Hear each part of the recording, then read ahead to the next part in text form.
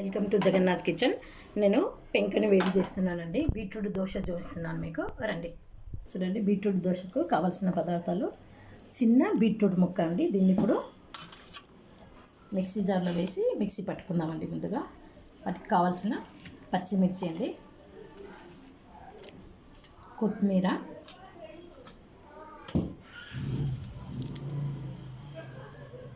దోశకు తగినంత ఉప్పు అండి. ఇది మిక్సీ బట్టి ఇప్పుడు పిండిలో కలుపుకుంటానండి. ముందుగా పిండిని విధంగా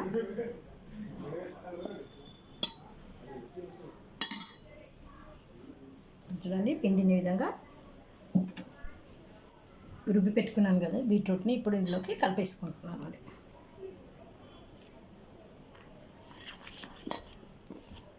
ఒకసారి కలర్ చూడండి ఎంత బాగుంది కదండి. చూడండి కలర్ ఇది.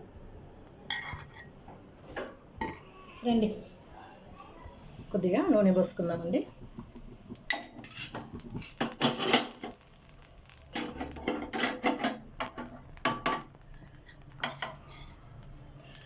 పెంక వేడైంది కదండి.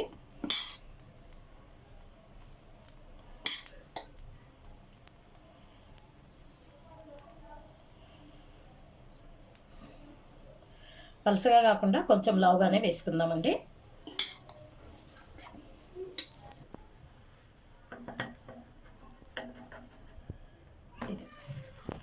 బీట్రూట్ దోశ రెడీ అండి.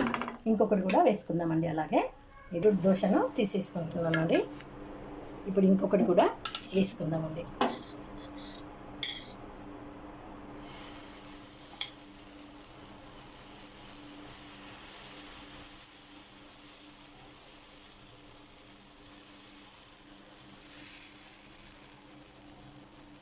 రెడీ అయింది, తీసేసుకుందామండి.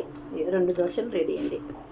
ఇప్పుడు ఇందులో ఇంకొకటి అవుతుందండి, వేసేసుకుంటున్నాను.